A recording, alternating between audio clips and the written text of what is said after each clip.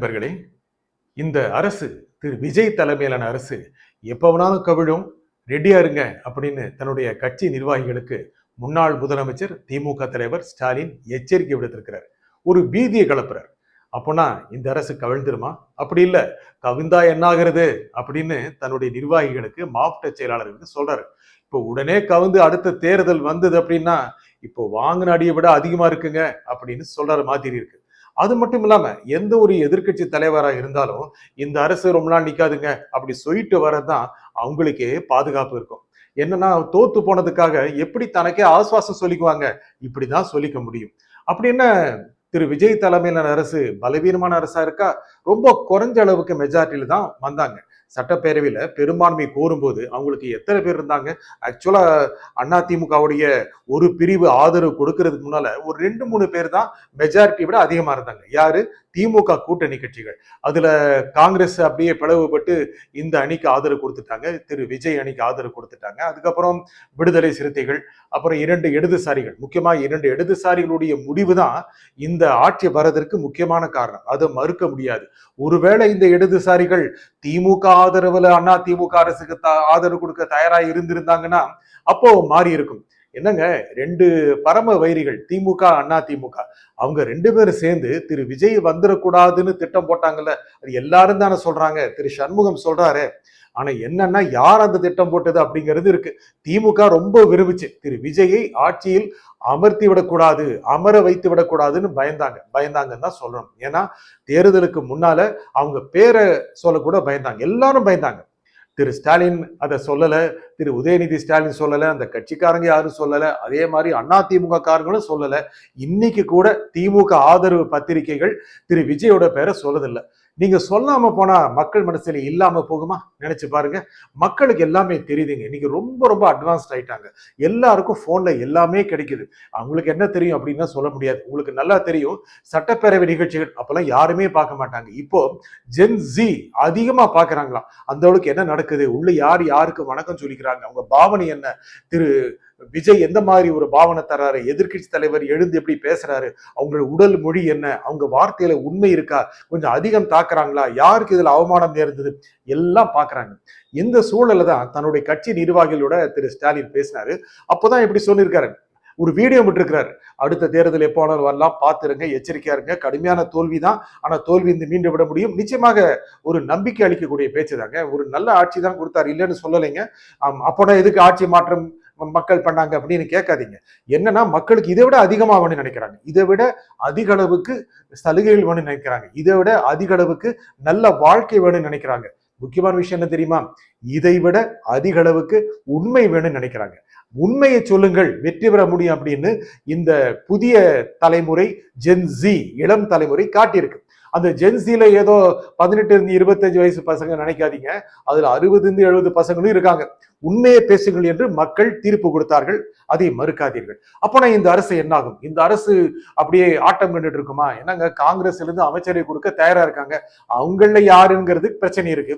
அதுக்கப்புறம் விடுதலை சிறுத்தைகள் கட்சிக்காரர்களுக்கு கூட அமைச்சரவையில பதவி கொடுக்க திரு விஜய் தயாரா இருக்காருல்ல, மறுக்க முடியாது இல்ல. இல்லலே, நாங்கள் வெளியிருந்த ஆதரவு திமுகவுடன் சொல்லிவிட்டு வந்தோம், எனக்கு முதலமைச்சர் பதவியா என்று தெரியாது, இப்படி எல்லாம் திருமாவளவன் சொல்றாரு. மக்கள் பார்த்துட்டே இருக்காங்க. சிறந்த தலைவர், கொள்கை பிடிப்புள்ள தலைவர் தான். ஆனால் அவர் உண்மையை பேசினா தான் மக்கள் நம்புவார்கள். கவனிக்க வேண்டிய விஷயம். இன்னைக்கு உண்மையை பேசுங்க. ஆமாம், முதலமைச்சர் பதவி தேவைதான், அதில் என்ன தவறு இருக்கிறது, தகுதியானவர் தான், ஆனால் அதற்கு இந்த 2 கட்சிகளும் சரியாக பேசி முடிக்கவில்லை அப்படின்னு சொன்னால மக்கள் அதை ஏத்துக்குவாங்க. தப்பே இல்லை. என்னங்க தப்பு இருக்கு? திருமாவளவன் முதலமைச்சர் பதவிக்கு தகுதியானவர் தான், அதிக அளவுக்கு தகுதியானவர் தான், அதை சொல்லிட்டு போலாம்ல.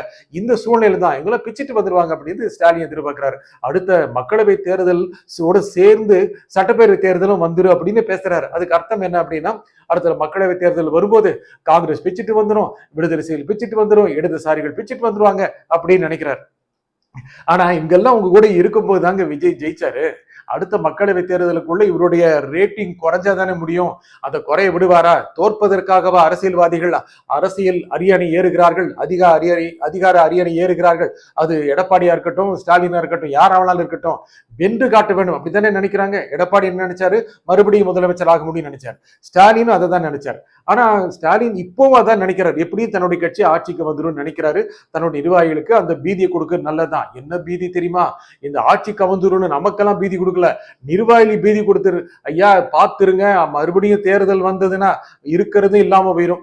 அது நடுநூல்ல திரு ஸ்டாலின் சொல்றாரு, ஏன் வாக்கு போட்டோம், வாக்கு போட்டவர்கள் கவலையில் ஆழ்ந்திருக்கிறார்கள் அப்படின்னு. இவர் வாக்கு போட்ட மாதிரி சொல்றாரு. மக்கள் தான் வாக்கு போட்டிருக்காங்க, மக்கள் கவனிச்சுட்டே இருக்காங்க, ஒவ்வொரு அணுமா கவனிச்சுட்டு இருக்காங்க. ரொம்ப முக்கியம், மக்களுடைய சக்தி திமுகவுடைய சக்தி அண்ணா திமுகவுடைய சக்தி விட அதிகம். அது நம்ம கவனிக்கணும். யார் வேணாலும் மாற்றுவாங்க. அடுத்து யாரை கொண்டு வரணும் அப்படின்னு மக்கள் மனசுல என்ன இருக்கு இப்போ தெரியாது. தேர்தல் சமயத்துல அவங்க முடிவு பண்ணிடுவாங்க. அதிமுக உடைந்து விட்டது, அதற்கு விஜய் காரணம் என்று சொல்லிவிட முடியாது. அதிமுக உடையும் நிலையில் இருந்ததால் அவர் சென்று திரு சண்முகத்திற்கு வாழ்த்து தெரிவித்தார். அந்த சீக்வன்ஸை நல்லா கவனிக்கணும். உடைக்கலாம் ஏற்பாடு பண்ணல, அவங்க உடைஞ்சாங்க, இவர் ஆதரவு ஏத்துக்கிறார். இந்த சமயத்துல அதிமுக இருந்து அவங்க இந்த பதவி வேணும் அந்த பதவி வேணும்னு கேட்கறாங்களாம். ஒருவேளை அவங்க கேட்டு முரண்டு பிடிச்சாங்கன்னா என்ன ஆகும்? ஆட்சி கவுந்துருமோ? அந்த மாதிரி எல்லாம் ஆசைப்படுறாங்க திமுக காரங்க. அதுக்கெல்லாம் யாரும் தயாரா இல்லைங்க. அதிமுக காரங்களே தயாரா இல்லை. எப்படியாவது கூட இருந்து ஒரு 5 வருஷம் அப்படியே கடத்தினாதான் அமைச்சர் பதவியெல்லாம் கிடைக்கும்னு நினைக்கிறாங்க. விஜய் ரொம்ப ஸ்ட்ரிக்ட்னு எல்லாருக்கும் தெரிஞ்சு போச்சு. வந்த 4 நாள்லயே ரொம்ப ஸ்ட்ரிக்டா இருக்கிறாரு. அதனால அதிமுக காரங்க வரவங்க முரண்டெல்லாம் பிடிக்க மாட்டாங்க, அமைதி தான் இருப்பாங்க. அவங்களுக்கு 5 ஆண்டு இந்த ஆட்சி வரணும்னு நினைப்பாங்க. இந்த ஆட்சி கவுந்துருங்கிற ஒரு பீதியை கிளப்புறது திமுக காரங்க கிளப்புறது நியாயம் இருக்கு. என்ன காரணம்னா தன்னுடைய கூட்டை, தன்னுடைய நிர்வாகிகளை, தன்னுடைய தொண்டர் பலத்தை அப்படியே வச்சுக்கணும் அப்படிங்கிறது இருக்கிறது சரிதான். அந்த பீதி எல்லாருக்கும் பொருத்தம். ஏன்னா எல்லா கட்சிகளும் அப்படிதான் இருக்காங்க. போக போக பார்க்கும்போது இந்த திமுக எதிர்ப்பு தெரிவிச்சாலும் அதிமுக இணங்கி வந்துடும். கூட இருக்காங்களே காங்கிரஸ் அமைச்சர் இடம்பெற போறாங்க, பிசிகா கேட்கவே வேண்டாம், மேக்சிமம் அவங்க ஒரு அமைச்சர் வந்துடும். திரு வன்னியரசுக்கு அமைச்சர் பதவி கிடைக்க வாய்ப்பு இருக்கு. அப்போ ஒரு சாலிடான ஒரு கூட்டணி கட்சியை திமுக இழந்து விட்டது போல் ஆகிவிடும். அதுவும் கவனிக்க வேண்டிய விஷயம். இருக்கட்டும், போகட்டும், நாங்க சொல்லிட்டு தான் வந்தோம் அப்படின்னு சொன்னாலும் சொல்லுவாங்க. அமைச்சர் பதவி வாங்கிக்கிறோம் அப்படின்னு திமுக கிட்ட அனுமதி வாங்கிட்டு வந்தோம் அப்படின்னு திருமாவளவன் சொன்னாலும் சொல்லுவாரு. எங்களுக்கு அமைச்சர் பதவி கொடுக்கிறதா எனக்கே தெரியாது அப்படின்னு சொல்லாம சொல்லுவாரு. மக்கள் பார்த்து கொண்டிருக்கிறார்கள். இவர் எல்லாம் பீத்து கொண்டு அடுத்த மக்களவை தேர்தலில் தன்னோடு வந்து விடுவார்கள் என்று திரு ஸ்டாலின் நினைக்கிறார். அந்த நிலைமை இப்பொழுது இருக்க சூழலில் இல்லை. ஒருவேளை பாஜக திமுகவுக்கு தூண்டில் போடலாம். அப்படி இருக்கிற சமயத்துல ஏதாவது பாஜக ஏதாவது பண்ணி இங்க இந்த அரசுக்கு நெருக்கடி கொடுப்பாங்களோங்கிற மாதிரி இருக்கு. பாஜக அரசே முழு நம்பிக்கையோடு அடுத்த தேர்தலை சந்திக்குமாங்கிறது சந்தேகம். இப்போ உங்களுக்கு தெரியும், இந்த வளைகுடா போரை வைத்துக் கொண்டு நாட்டில் எல்லோரும் மிகவும் சிக்கனமாக இருக்கணும் அப்படின்னு பிரதமர் மோடி சொன்னதே மிகப்பெரிய அளவுக்கான ஒரு மன கிளேசத்தை, ஒரு அச்சத்தை ஏற்படுத்தி இருக்கு. அப்படிலாம் நிலம் இல்லைங்க, நல்லாதான் இருக்குன்னு மற்றவங்க சொல்றாங்க. திரு மோடி ஏன் அது சொன்னாரு அப்படின்னு எல்லாரும் நினைக்கிறாங்க. சிலர் மட்டும் அந்த சிக்கன நடவடிக்கையை மேற்கொள்றாங்க. இது எல்லாமே அரசியலுக்கு முக்கியத்துவம் கொண்டது. இதெல்லாம் வச்சு பார்க்கும்போது இந்த அரசு நிலையானது இல்லையோன்னு சொல்லலாம். ஆனா அதுக்கான வாய்ப்பு இல்லைங்க. இந்த அரசு நிலையாகத்தான் இருக்கிறது. நிலையாக இருப்பதற்கான அத்தனை முயற்சிகளையும் முதலமைச்சர் திரு சி. ஜோசப் விஜய் எடுப்பார். நன்றி, வணக்கம்.